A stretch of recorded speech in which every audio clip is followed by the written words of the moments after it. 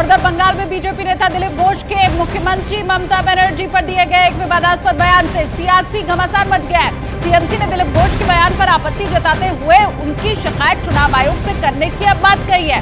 तो दिलीप घोष का बयान, सियासत इसके बाद गर्माती हुई दिखाई दे रही है। टीएमसी अब दिलीप घोष के बयान पर आपत्ति जताती दिखाई दी है और यह भी कहा गया है कि चुनाव आयोग से इसकी शिकायत जरूर करेगी टीएमसी। ये बड़ी खबर इस वक्त की। দিদি গিয়ে গোয়াতে বলেন আমি গোয়ার মেয়ে, আমি ত্রিপুরার মেয়ে, মানে বাপ তো ঠিক করুন। দিদি গিয়ে গোয়াতে বলেন আমি গোয়ার মেয়ে, আমি ত্রিপুরার মেয়ে, মানে বাপ তো ঠিক করুন। और उधर विवादास्पद बयान पर दिलीप घोष को बीजेपी ने कारण बताओ नोटिस थमा दिया है। इसमें उनके बयान को अशोभनीय और असंसदीय बताते हुए पार्टी की परंपरा के खिलाफ बताया गया है। इसके साथ ही पार्टी ने उनसे पूरे मामले में स्पष्टीकरण देने को भी कहा है। ये बड़ी खबर इस वक्त की आपको बता रहे हैं। बीजेपी का अब एक्शन दिखाई दिया है यहाँ पर और दिलीप घोष को बाकायदा कारण बताओ नोटिस दिया गया है। ये उनको कहा गया है जिस भाषा का इस्तेमाल उन्होंने ममता बनर्जी के लिए किया था वो अशोभनीय है, असंसदीय है और इसी के लिए पार्टी परंपरा का खिलाफ बताते हुए कारण बताओ नोटिस दिया गया।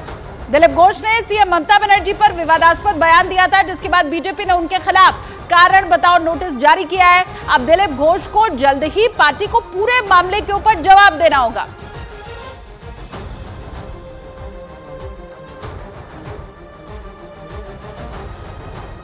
इस बीच मध्य प्रदेश के मुख्यमंत्री मोहन यादव लोकसभा चुनाव से पहले कांग्रेस के दिग्गज नेता दिग्विजय सिंह को चुनौती देने के लिए उनके गढ़ में पहुंच गए। राजगढ़ लोकसभा सीट से चुनाव लड़ने की तैयारी कर रहे दिग्विजय सिंह के इलाके में सीएम मोहन यादव ने नारी शक्ति वंदन कार्यक्रम किया।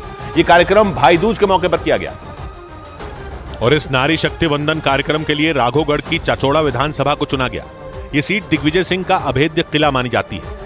इसीलिए जब बीजेपी ने राज्य में दिग्विजय सिंह के खिलाफ अभियान चलाने की तैयारी की तो इसकी शुरुआत उन्हीं के गढ़ राघोगढ़ से की गई, क्योंकि जिस चाचौड़ा विधानसभा क्षेत्र में सीएम मोहन यादव का यह नारी शक्ति वंदन कार्यक्रम हुआ वो राजगढ़ लोकसभा सीट के अंदर आती है।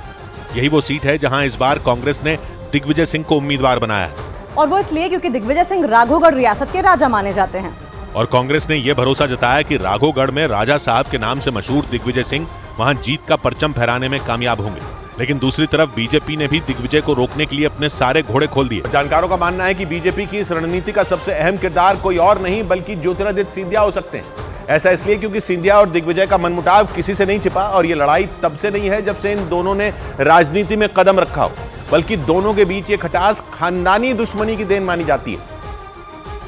और वर्चस्व की ये वो लड़ाई है जिसके लिए इन दोनों ही नेताओं के पूर्वजों ने एक दूसरे का खून तक बहाया, जंग लड़ी गई, अदावत हुई और लोगों से उनकी ताकत तक छीन ली गई।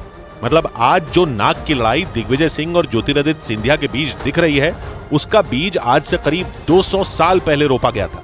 दिग्विजय सिंह हिंदुपत राजाओं के वंशज माने जाते हैं। ये वो वंश था जिसका मराठाओं से 36 का आंकड़ा माना जाता था।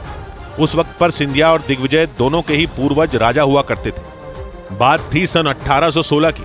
तब सिंधिया राजघराने की अगुवाई राजा दौलत राव सिंधिया कर रहे थे और राघोगढ़ का राजपाट राजा जय सिंह संभाल रहे थे। और जब सन 1816 में दोनों के बीच युद्ध हुआ तो राघोगढ़ को जीतकर दौलत राव सिंधिया ने ग्वालियर साम्राज्य में मिला लिया था। तभी से कहा जाता है कि सिंधिया परिवार के लोग राघोगढ़ राजघराने के लोगों को अपने अधीन मानते हैं, क्योंकि जंग हारने के बाद दिग्विजय सिंह के पूर्वजों को सिंधिया राजघराने के लिए टैक्स वसूलने का काम सौंपा गया था। मतलब एक तरह से वो सिंधिया राजघराने के लिए ही काम किया करते थे और यही प्रथा कई सालों तक चली। मतलब दिग्विजय सिंह के राजघराने के ऊपर हमेशा सिंधिया राजवंश का ही सिक्का चला। लेकिन कहते हैं ना कि इतिहास एक न एक दिन बदलता जरूर है और इस लड़ाई में वो साल बना 1993 जब मध्य प्रदेश के विधानसभा चुनाव में कांग्रेस ने बाजी मारी थी। और यह तय माना जा रहा था कि राजीव गांधी और संजय गांधी के दोस्त माने जाने वाले माधवराव सिंधिया राज्य के मुख्यमंत्री बनेंगे। तब की कुछ मीडिया रिपोर्ट के मुताबिक ज्योतिरादित्य सिंधिया के पिता यानी माधवराव सिंधिया ने तो दिल्ली से भोपाल आने के लिए अपने निजी विमान तक को तैयार कर लिया था, क्योंकि उन्हें यह भरोसा था कि भोपाल में उन्हीं की ताजपोशी होगी। लेकिन मध्य प्रदेश के मुख्यमंत्री रह चुके अर्जुन सिंह ने उनकी उम्मीदों पर पानी फेर दिया और कांग्रेस के 174 विधायकों में 103 विधायकों को दिग्विजय सिंह के नाम पर वोट डालने का इशारा कर दिया। उस वक्त अर्जुन सिंह ने ऐसी राजनीतिक बिसात बिछाई कि उनके शिष्य और उन्हीं के इलाके से आने वाले दिग्विजय सिंह को मुख्यमंत्री की कुर्सी मिल गई। तब यह कहा गया था कि राघोगढ़ के राजा ने सिंधिया राजवंश के महाराजा को पटकनी देकर अपने पूर्वजों का हिसाब चुका दिया। कि दूसरी तरफ सीएम बनने की तैयारी कर रहे माधवराव सिंधिया का विधायक दल की बैठक में नाम तक नहीं लिया गया था और जीत हार इसी सिलसिले ने एक नई अदावत को जन्म दे दिया, क्योंकि इस बार माधवराव सिंधिया का मुख्यमंत्री बनने का सपना टूट गया था। ये यूं कहें कि राघोगढ़ रियासत के राजा ने अपने महाराज की बाजी को पलट दिया था। और कहा जाता है कि यही बात सिंधिया परिवार को खल गई। फिर तो राघोगढ़ और ग्वालियर का झगड़ा मध्य प्रदेश की राजनीति का सबसे बड़ा फैक्टर बन गया। ग्वालियर चंबल इलाके के तमाम राजनेता दिग्विजय और माधवराव सिंधिया के खेमे में बढ़ गए। कहा तो यह भी जाता है कि दिग्विजय सिंह को शुरुआती दौर में माधवराव सिंधिया की मां और जनसंघ की बड़ी नेता विजय राजे सिंधिया ने जनसंघ से जुड़ने का ऑफर दिया था, लेकिन दिग्विजय सिंह ने जनसंघ के बजाय कांग्रेस से जुड़ने का फैसला लिया था, क्योंकि माना जाता है वो अपनी पूर्वजों की तरह सिंधिया परिवार के लोगों के नीचे काम नहीं करना चाहते थे। और इसी वजह से उन्होंने राजमाता सिंधिया के प्रभाव वाले जनसंघ की बजाय कांग्रेस का दामन थामा था। इसके बाद कांग्रेस में रहकर ही उन्होंने सिंधिया परिवार की शान माने जाने वाले माधवराव सिंधिया को सीएम की रेस में चित कर दिया था। राजनीतिक जानकारों का मानना है कि दिग्विजय सिंह से ये बाजी हारने का मलाल माधवराव सिंधिया को मरते दम तक रहा। और बड़ी खबर पाकिस्तान से मिल रही है। यहाँ के खैबर पख्तूनख्वा में बड़ा आत्मघाती हमला हुआ है। शाहला जिले में हुए इस हमले में 5 चीनी इंजीनियरों समेत 6 लोगों की मौत हो गई है। हमला उस वक्त किया गया जब चीनी इंजीनियर इस्लामाबाद से खैबर पख्तूनख्वा प्रांत के दासू में डैम साइट पर अपने कैंप की तरफ जा रहे थे। उसी वक्त विस्फोटकों से भरे एक वाहन ने बस में टक्कर मार दी और इसी के बाद यहां पर बड़ा विस्फोट हो गया। घटना की जो तस्वीर सामने आई है उसमें आप देख सकते हैं कि विस्फोटक के बाद एक वाहन खाई में गिरा हुआ आपको नजर आएगा। चारों तरफ लोग भी यहां पर खड़े हैं। एक हफ्ते के भीतर पाकिस्तान में चीनी हितों पर यह तीसरा बड़ा हमला है।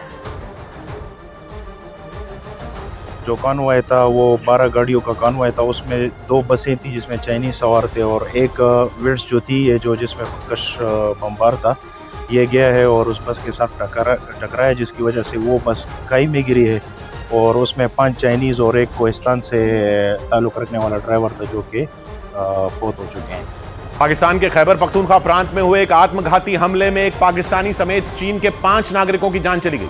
पाकिस्तान के मीडिया के मुताबिक चीन के वो नागरिक इंजीनियर थे जो वहां सिंधु नदी पर बन रहे एक बांध से जुड़े प्रोजेक्ट पर काम कर रहे थे। जानकारी के मुताबिक यह हमला उस वक्त किया गया जब वो लोग एक कार में बैठकर उस प्रोजेक्ट वाली जगह पर जा रहे थे, लेकिन दावा किया गया कि रास्ते में ही उनकी कार पर हमला हो गया। तस्वीरों में दिखा कि आत्मघाती हमले के बाद चीन के इंजीनियरों को ले जा रही वो गाड़ी गहरी खाई में पलट गई। आग की चपेट में आने के बाद उस गाड़ी से धुआं उठता दिखाई दिया। पाकिस्तान के मीडिया के मुताबिक ये हमला खैबर पख्तूनख्वा प्रांत में मौजूद बेशम शहर के करीब हुआ। जानकारी के मुताबिक इस हमले में चीन के जिन इंजीनियरों की मौत हुई वो सिंधु नदी पर बन रहे दासू बांध से जुड़े प्रोजेक्ट में काम कर रहे थे, लेकिन बांध की ओर जाते वक्त करीब 80 किलोमीटर पहले ही उनकी कार पर हमला हो गया। दासू बांध को CPEC यानी China Pakistan economic corridor project के तहत साल 2017 से बनाया जा रहा है और इसमें बिजली उत्पादन के लिए भी एक विशालकाय प्लांट लगाया जा रहा है। लेकिन इस प्रोजेक्ट से जुड़े चीन के नागरिकों को कई बार निशाना बनाया जा चुका है।